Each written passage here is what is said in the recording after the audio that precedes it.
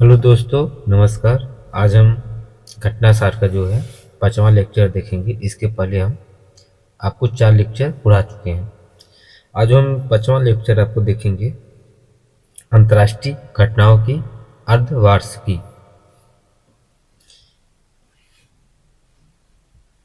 चलिए इसमें हम लोग आगे देखें। जैसे COP 28 मतलब जलवायु शिखर सम्मेलन 2023 का देखिए इंपॉर्टेंट, इसको आप लोग 3 स्टार दे दीजिए लगभग। इंपॉर्टेंट तो रिविजन करके जाइएगा, 100% यहाँ से क्वेश्चन ये बनेगा।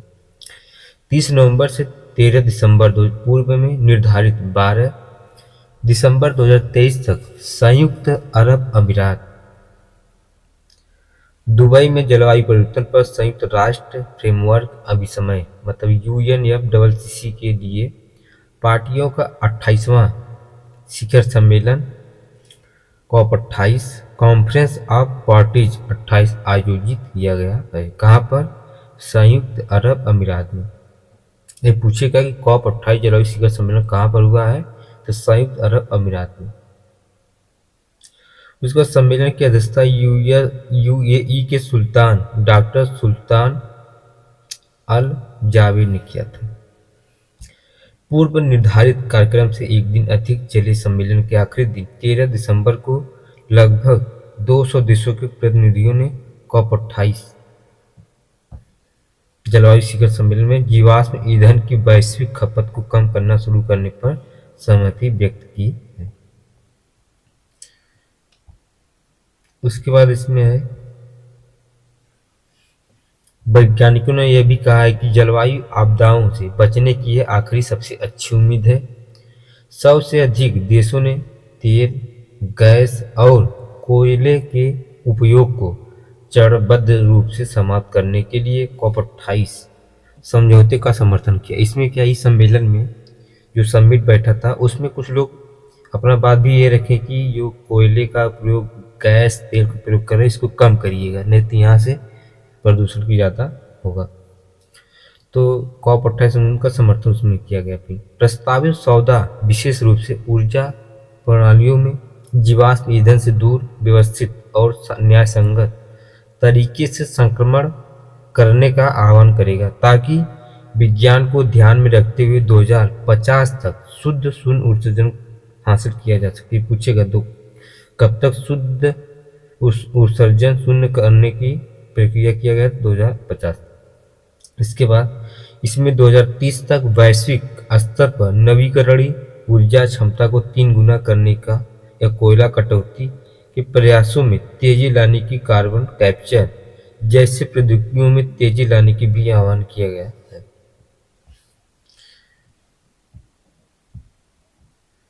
इसके बाद आपका आता है ग्लोबल स्टॉक टेक मतलब GST टेक का 5वां संस्करण जो है COP 28 में जारी किया गया था। ये भी पूछेगा, global stock take GST take test का 5वां संस्करण 2028 में जारी किया गया, जिसे बिना किसी आपत्ति के अपनाया गया था। टेक्स्ट में वैश्विक तापमान वृद्धि को 1.5 डिग्री सेल्सियस के दायरे में रखने के लिए 8 कदम प्रस्तावित किया गया था। इसके बाद विश्व स्तर पर नवीकरणीय ऊर्जा क्षमता को 3 गुना करना और वर्ष 2030 तक ऊर्जा दक्षता सुधार की वैश्विक औसत वार्षिक दर को दुगना करना। उसके बाद अनअबेटेड मतलब कोयला को चरणबद्ध तरीके से बंद करने की दिशा में प्रयासों में तेजी लाना है। शुद्ध शून्य उत्सर्जन ऊर्जा प्रणालियों की दिशा में विश्व स्तर पर प्रयासों में तेजी लाना और शून्य और निम्न कार्बन ईंधन का उपयोग सदी के मध्यम से पहले या उसके आसपास करना है। इसके बाद COP 28 के महत्वपूर्ण बिंदु कौन कौन से हैं? तो जलवायु संवेदनशील विकासशील देशों की मदद के लिए तैयार किया गया था। हानि और क्षति कोष आपके पहले दिन लागू कर दिया गया था। देशों ने इसे कोष के लिए करोड़ों डॉलर देने का वादा भी किया है। हरित जलवायु कोष के संसाधनों को दोबारा भरने के लिए 3.5 अरब डॉलर की प्रतिबद्धता अल्प विकसित देशों के कोष LDC और विशेष जलवायु परिवर्तन कोष एसपीसीएस के लिए कुल 15 करोड़ डॉलर से अधिक की नई घोषणाएं की गई है। विश्व बैंक द्वारा जलवायु संबंधित परियोजनाओं 2024 और 2025 की वित्त पोषण के लिए सालाना 9 अरब डॉलर की वृद्धि हुई है।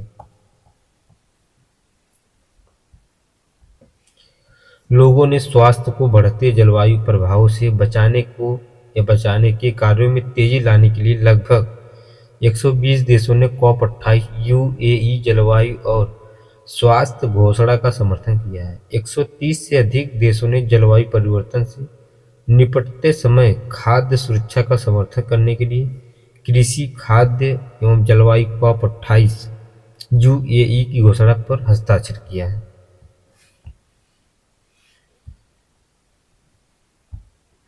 और तात्कालिक प्रभाव से शीतलन संबंधित उत्सर्जन को 68% तक कम करने के लिए 66 देशों द्वारा वैश्विक शीतलन संकल्प का समर्थन किया गया है।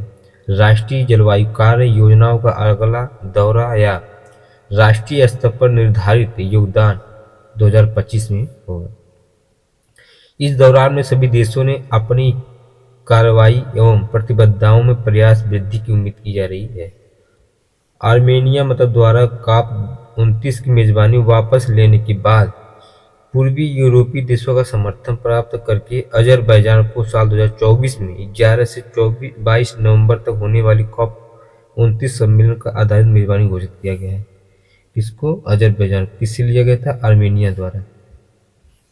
ये पूछेगा, इम्पोर्टेंट है हम लोग के लिए। वहीं 2025 में ब्राजील ने अमेजन में COP30 की मेजबानी करने की पेशकश की है। Global river cities alliance Dubai में COP28 में लॉन्च किया गया है। राष्ट्रीय स्वच्छ गंगा मिशन, ये क्या है? तो नेतृत्व में ग्लोबल रिवर सिटीजन एलायंस के दुबई में संयुक्त राष्ट्र जलवायु परिवर्तन सम्मेलन COP28 में 10 दिसंबर 2023 को लॉन्च किया गया है। भारत, मिस्र, Netherland, Denmark, Ghana, Australia, Bhutan, Cambodia, Japan, Netherland ने GRCA को अपना समर्थन किया है। NSCG द्वारा गठित नदी शहर गठबंधन में 142 भारतीय नदी शहर सदस्य हैं। इसमें से नीदरलैंड से डेन हाग नदी, ऑस्ट्रेलिया से एडिलेड और हंगरी के स्लोजनोक जैसी नदी शहरों ने एक साझेदारी की है। विश्व बैंक, एशियाई विकास बैंक ADB, एशियाई बुनियादी ढांचा निवेश बैंक और KPMG जैसे ज्ञान प्रबंधन संस्थानों जैसी अंतर्राष्ट्रीय फंडिंग एजेंसियों ने भी साझेदारी में प्रवेश किया है। ग्लोबल रिवर सिटीजन एलायंस 11 देशों में 275 प्लस से अधिक वैश्विक नदी शहरों को कवर करता है। यह नदी संरक्षण और सतत जल प्रबंधन की दिशा में एक महत्वपूर्ण कदम है।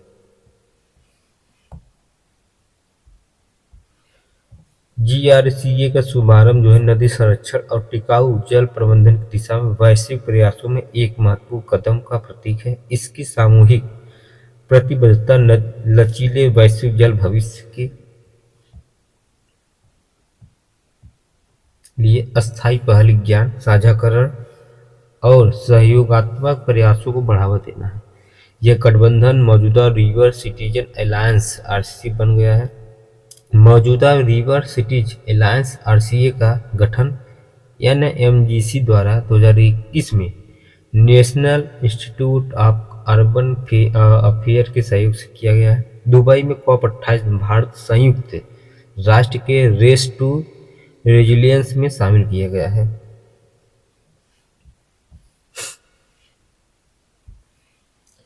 भारत में संयुक्त राष्ट्र के रेस टू रेजिलियंस वैश्विक अभियान में शामिल होकर जलवायु परिवर्तन से उत्पन्न चुनौती से निपटने की दिशा में एक महत्वपूर्ण कदम उठाया गया है। दुबई में संपन्न COP28 कार्यक्रम के दौरान घोषित यह निर्णय अपने शहरी क्षेत्रों में जलवायु लचीलापन बनाने के लिए भारत की प्रतिबद्धता को दर्शाता है। रेस टू रेजिलियंस एक विश्वव्यापी मंच है जिसका उद्देश्य गैर राज्य अभिनेताओं या निवेशकों, व्यवसायों, शहरी क्षेत्रों, नागरिक समाज को एकजुट करना है। इसका लक्ष्य जो है 2030 तक जलवायु परिवर्तन के प्रभाव के प्रति सबसे संवेदनशील समुदायों का लचीलापन बढ़ाना है।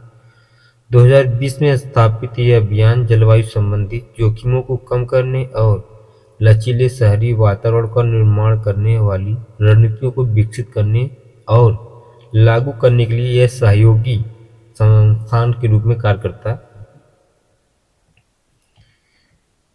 इसके बाद आपका आता है आगे, वर्तमान में सी क्यूब CSCF ढांचे के तहत भारत के 220 शहरों के मूल्यांकन के लिए तीसरे दौर में है।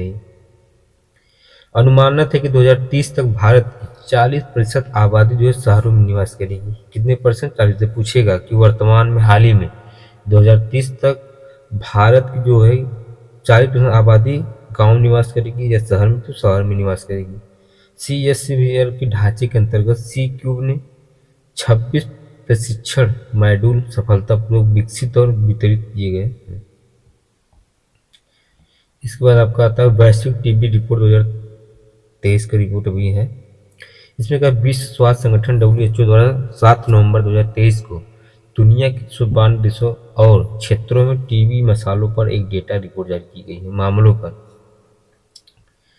कोविड-19 के बाद 2022 में एक अगल संक्रामक रोगों से होने वाली मौतों का दूसरा प्रमुख कारण क्या है? टीबी है। 2022 में टीबी से पीड़ित नए निदान वाले लोगों की संख्या जो है 7.5 मिलियन हुई थी। कोविड-19 से पहले यह संख्या वर्ष 2019 में 7.1 मिलियन तथा वर्ष 2020 में 5.8 था। वर्ष 2020 और 21 टीबी के ग्रसित नए निदान वाले लोगों की संख्या की वैश्विक कमी में 60% से अधिक हिस्सा संयुक्त रूप से भारत, इंडोनेशिया और फिलीपींस का रहा है। वर्ष 2015 से 2022 तक टीबी से होने वाली मौतों की वैश्विक संख्या कुल कमी 19% थी।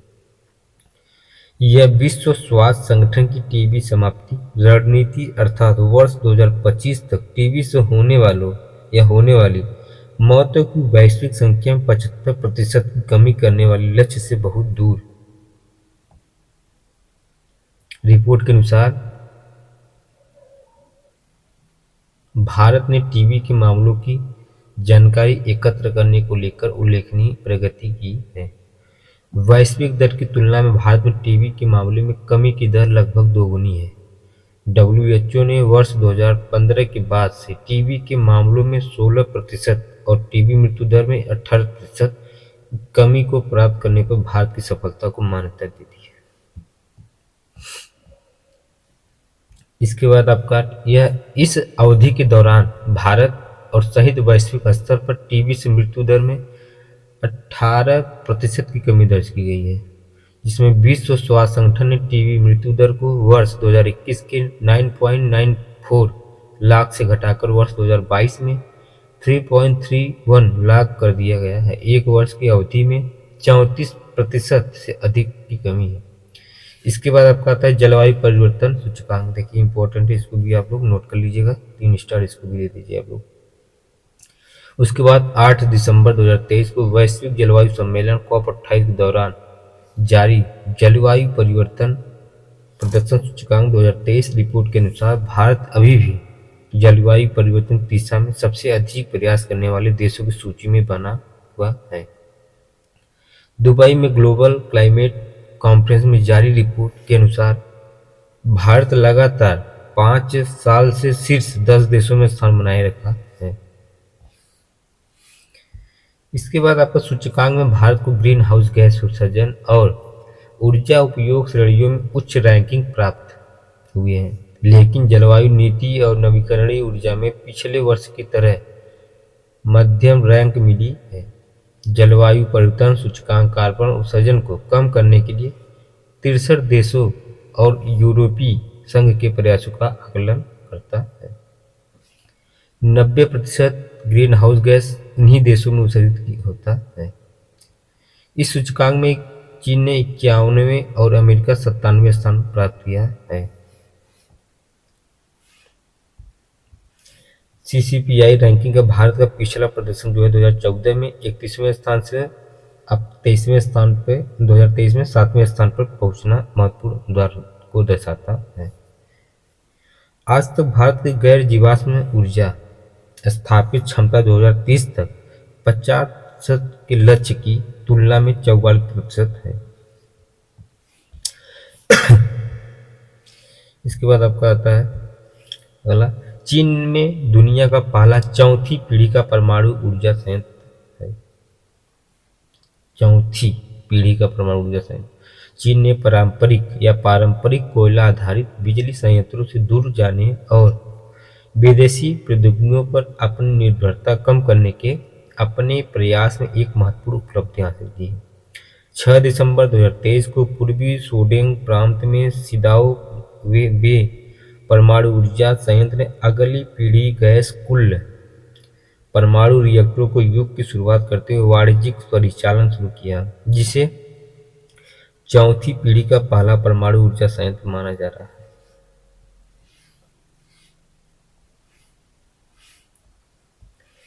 सिन्हुआ समाचार एजेंसी के अनुसार 200 मेगावाट उच्च तापमान गैस कूल्ड रिएक्टर संयंत्र राज्य संचालित उपयोगिता हुआनेंग सिन्हुआ विश्वविद्यालय और चीन नेशनल न्यूक्लियर कॉरपोरेशन द्वारा संयुक्त रूप से विकसित किया गया है।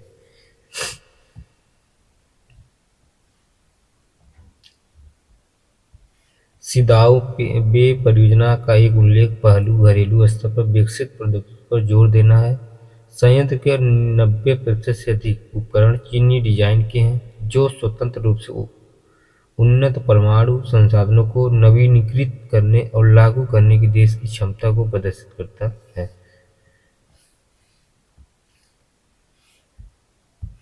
गूगल ने AI मॉडल जेमिनी लॉन्च किया है। 6 दिसंबर 2023 को अमेरिकी सर्च इंजन कंपनी गूगल ने सबसे powerful artificial intelligence AI model Gemini को लॉन्च किया गया है। जेमिनी अल्ट्रा गूगल का सबसे शक्तिशाली बृहद भाषा मॉडल LLM है। इस डेटा सेंटर्स और इंटरप्राइज एप्लीकेशन के लिए बनाया गया है। इसमें ये मॉडल टेक्स्ट, इमेज, ऑडियो और कोड आदि को आसानी से हैंडल कर सकता है। जेमिनी का मुकाबला जो है ओपन AI के चैट GPT और मेटा के लामा 2 से है। जेमिनी के साथ इंटीग्रेट किया चैटबॉट जो भारत सहित 170 देशों में अंग्रेजी भाषा में उपलब्ध किया गया। विश्व की 100 सबसे शक्तिशाली महिलाओं की फोर्स सूची 2023। प्रतिष्ठित व्यावसायिक प्रतिक्रिया फोर्स ने दिसंबर 2023 के प्रथम सप्ताह में दुनिया की सबसे शक्तिशाली 100 महिलाओं की फोर्स सूची जारी की है। इस सूची में भारत की 4 महिलाओं का स्थान मिला है। इसमें महिलाओं की फोर्स सूची 2023 में, उसमें से जो भारतीय वित्त मंत्री निर्मला सीतारमण है, दुनिया को सबसे शक्तिशाली महिलाओं की सूची में से 32वें स्थान को मिला। ये पूछेगा कि हाल ही में भारत की कौन सी महिला को दुनिया की सबसे शक्तिशाली महिलाओं की सूची में कितने स्थान पर मिला है, तो 32वें स्थान पर। वित्त मंत्री के अलावा HCL कॉरपोरेशन की CEO रोशनी नादर मल्होत्रा को 60वें स्थान पर, स्टील अथॉरिटी ऑफ इंडिया की चेयरपर्सन सोमा मंडल को 70वें स्थान पर मिला।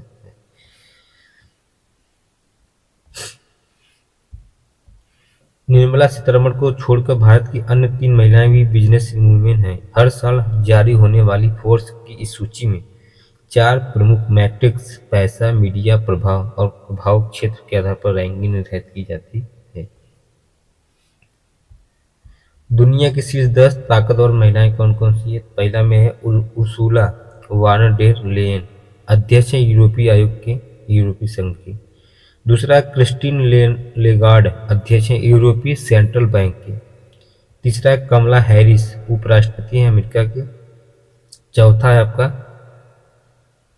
जॉर्जिया मेलोनी, इटली के PM है। पांचवा टेलर स्विफ्ट, संगीतकार है। इतना 5 आप लोग याद करिएगा। उसके बाद नीदरलैंड में दक्षिणपंथी नेता गेर्ट वाइल्ड्स की जीत हुई है अभी। तो नीदरलैंड की धूर दक्षिणपंथी इस्लाम विरोधी पार्टी फॉर फ्रीडम पीवीपी ने नेता केट वाइल्ड्स ने 22 नवंबर 2023 को हुई डच आम चुनाव में शानदार जीत हुआ है। बस इतना इसमें इम्पोर्टेंट है। सितंबर 1963 में नीदरलैंड के वेनेलो में जन्मे वाइल्ड्स ने राजनीतिक करियर की शुरुआत की थी। People party for freedom and democracy से की थी, लेकिन 2006 में इन्होंने अपनी अलग पार्टी का गठन भी किया। डोनाल्ड टस्क पोलैंड के नए प्रधानमंत्री बने। यूरोपीय संघ समर्थित डोनाल्ड टस्क सरकार का शपथ ग्रहण समारोह के 13 दिसंबर 2023 को वारसा स्थित राष्ट्रपति भवन में हुआ है। इसके साथ देश में लॉ एंड जस्टिस पार्टी के 8 वर्ष का शासन समाप्त हो गया। मार्ड्यूज मोराविकी के संसद में विश्वास मत हारने के बाद डोनाल्ड टस्क को पोलैंड के नए प्रधानमंत्री के रूप में 12 दिसंबर को चुना गया है। इसके बाद इसमें आता है विश्व डिजिटल प्रतिस्पर्धात्मकता रैंकिंग 2023। दिसंबर 2023 में international institute for management development IMD ने अपनी 2023 विश्व डिजिटल प्रतिस्पर्धात्मक रैंकिंग में WDCR जारी की गई है। रैंकिंग में भारत को 64 अर्थव्यवस्था में 49वें स्थान पर रखा गया है। भारत ने साइबर सुरक्षा ज्ञान में उल्लेखनीय सुधार किया है लेकिन प्रौद्योगिकी और भविष्य की तैयारी के क्षेत्र में पीछे रह गया है। WDCR एक व्यापक मूल्यांकन है जो दिखाता है कि कृत्रिम बुद्धिमत्ता AI के उदय के बीच देश के डिजिटल परिदृश्य में कैसे आगे बढ़ा रहा है। IMD द्वारा तैयार रैंकिंग व्यवसाय, सरकार और व्यापक समाज में आर्थिक परिवर्तन के लिए एक प्रमुख पालक के रूप में डिजिटल प्रौद्योगिकियों को अपनाने और तलाशने के लिए क्षमता और तत्परता को मापती है। रैंकिंग में संयुक्त राज्य अमेरिका शीर्ष स्थान पर रहा है। इसने डिजिटल राष्ट्र के रूप में अपनी स्थिति मजबूत की है। नीदरलैंड 4 स्थान की छलांग लगाकर रैंकिंग में दूसरे स्थान पर पहुंचा है, जबकि सिंगापुर ने रैंकिंग में तीसरे स्थान पर प्राप्त किया। सूचकांक में डेनमार्क चौथे और स्विट्जरलैंड 5वें स्थान पर है।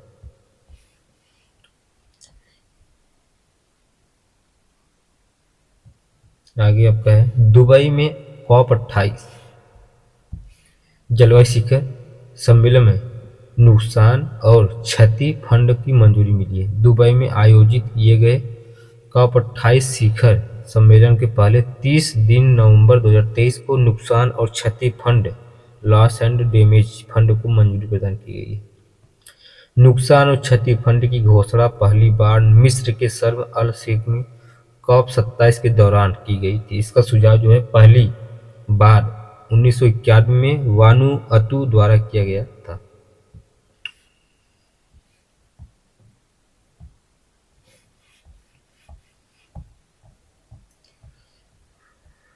इसके बाद IPCC के अनुसार भविष्य में नुकसान और क्षति बढ़ेगी क्योंकि ग्लोबल वार्मिंग लगातार बढ़ रहा है। रूस CFE संधि से अलग हुआ है। नाटो के विस्तार को संधि की सहयोग में बाधा बताते हुए हाल ही में रूस औपचारिक रूप से यूरोपीय सशस्त्र बल संधि की है CFE से हटा दिया गया है। रूस ने इस संधि से हटाने का कारण जो है यह बताया है कि 1990 में हुई यह संधि अब प्रासंगिक नहीं है।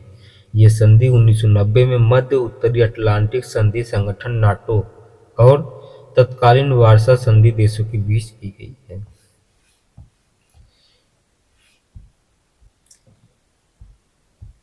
इसके बाद आपका जापान में दुनिया का सबसे बड़ा परमाणु संयंत्र है। दिसंबर 2023 के पहले इंपॉर्टेंट, इसको आप लोग 3 स्टार दे लीजिए। दिसंबर 2023 के पहले सप्ताह में जापान के नाका अर्थ में दुनिया का सबसे बड़ा परमाणु फ्यूजन संयंत्र शुरू किया गया है। इस न्यूक्लियर रिएक्टर का नाम जो है GT60SA मतलब GT60SA है। इस वक्त जहां पूरी दुनिया में मौजूद परमाणु संयंत्र फ्यूजन पर काम करते हैं, जो देश अणुओं की केंद्र को अलग करते हैं, वहीं जापान में शुरू हुए ये परमाणु फ्यूजन संयंत्र दो अणुओं के केंद्र के आपस में जोड़कर ऊर्जा पैदा करता है।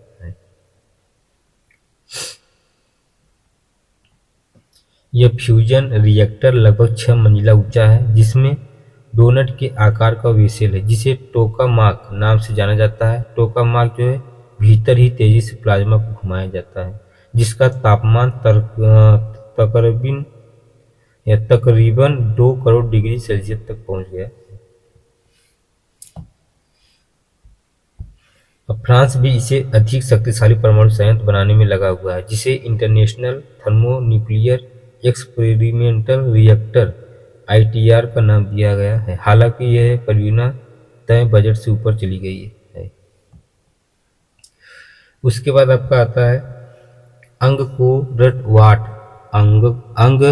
वाट, जो मंदिर को दुनिया का 8वां अजूबा घोषित किया गया। ये कंबोडिया में स्थित है।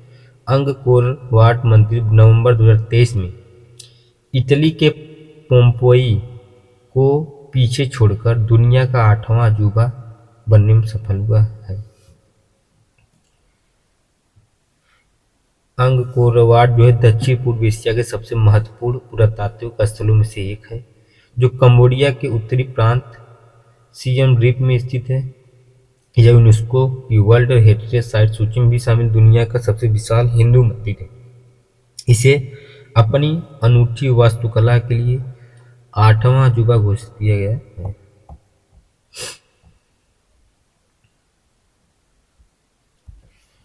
अंगकोर वाट का निर्माण जो 12वीं शताब्दी में राजा सूर्यवर्मन द्वितीय द्वारा किया गया था, और यह मूल रूप से हिंदू भगवान विष्णु को समर्पित है। इस मंदिर की दीवारों पर सजी जटिल नक्काशी में स्पष्ट है कि जो कि हिंदू और बौद्ध पौराणिक कथाओं के दृश्य को दर्शाता है।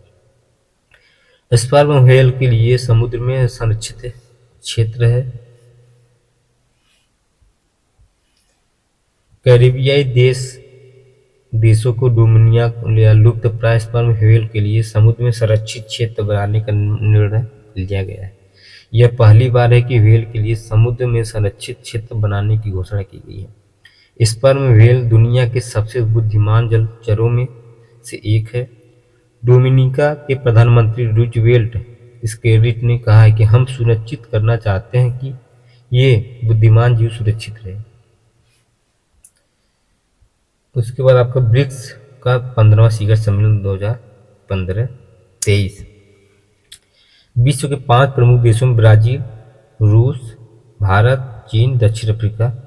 ब्रिक्स ये 15वां शिखर सम्मेलन दक्षिण अफ्रीका के जोहान्सबर्ग में हुआ है। ये पूछेगा कि भाई हाल ही में ब्रिक्स का 15वां शिखर सम्मेलन कहाँ हुआ, तो जोहान्सबर्ग में हुआ है। कहाँ पड़ता है? दक्षिण अफ्रीका के। राष्ट्रपति साइरिल रामाफोसा की अध्यक्षता में संपन्न इस सम्मेलन में रूस का प्रतिनिधित्व राष्ट्रपति व्लादिमीर पुतिन के स्थान पर विदेश मंत्री सर्गेई लाव्रोव ने किया है, जबकि भारतीय प्रधानमंत्री श्री नरेंद्र मोदी, ब्राजील के राष्ट्रपति लुइस इनासियो लूला डी सिल्वा तथा चीन के राष्ट्रपति शी जिनपिंग व्यक्तिगत रूप से सम्मेलन किया गया है।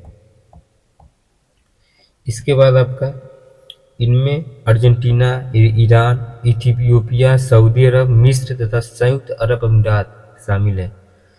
इन्हें 1 जनवरी 2024 से नए सदस्यों के रूप में आमंत्रित किया गया है।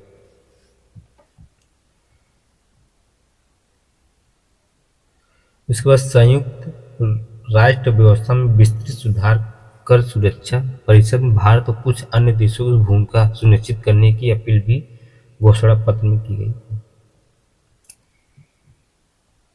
चंद्रयान 3 की चंद्रमा पर सफल लैंडिंग के लिए भारत के लिए दी गई बधाइयों के लिए सभी के प्रति आभार व्यक्त करते हुए भारतीय प्रधानमंत्री ने इसे समुदाय की उपलब्धि करार दिया।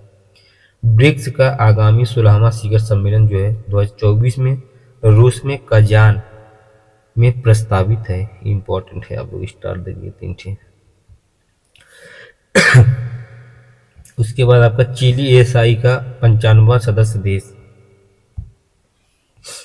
चिली अंतर्राष्ट्रीय और गठबंधन ASI का 95वां सदस्य बन गया है।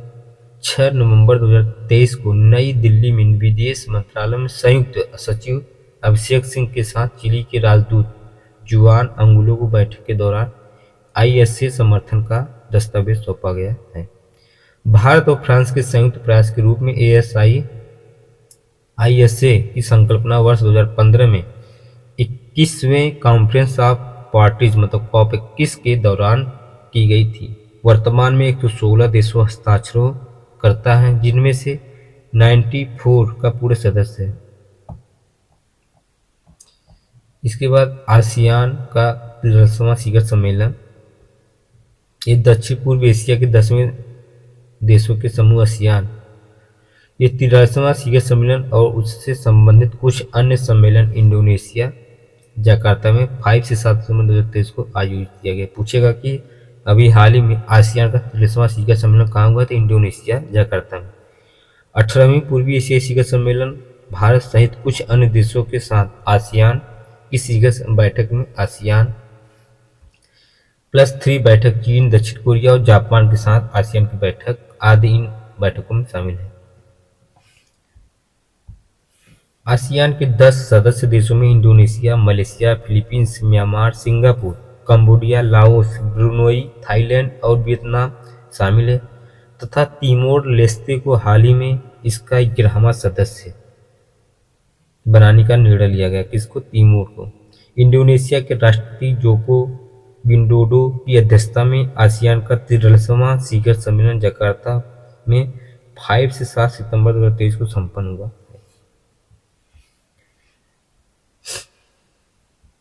उसके बाद आसियान द्वारा म्यांमार को 2021 में दी गई 5 सूत्रीय योजना को अपनाने में विफल रहने के कारण आसियान शिखर सम्मेलन में भागीदारी से इस बार प्रतिबंध रखा गया है।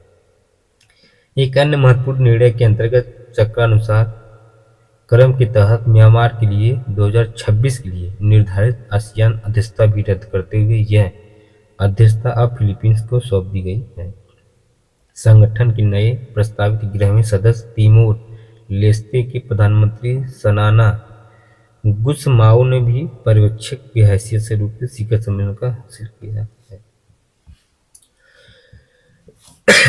इसके बाद आपका आता है आसियान के 13वें शिखर सम्मेलन का आदर्श जो है वाक्य क्या था? तो 1 विजन 1 आइडेंटिटी 1 कम्युनिटी। इसके बाद आपका आसियान भारत का 20वां शिखर सम्मेलन जो है जकार्ता में सितंबर को आसियान के साथ भारत के 20वें शिखर सम्मेलन की सदस्य अध्यक्षता इंडोनेशिया के राष्ट्रपति जोको विडोडो के साथ प्रधानमंत्री श्री नरेंद्र मोदी ने की है।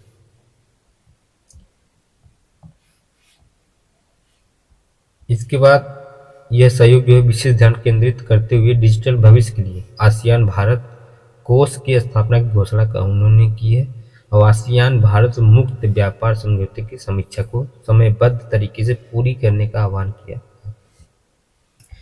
भारत व आसियान देशों के बीच समुद्री सहयोग के लिए पहली बार समझौता घोषणा पत्र इस सम्मेलन को जारी किया गया।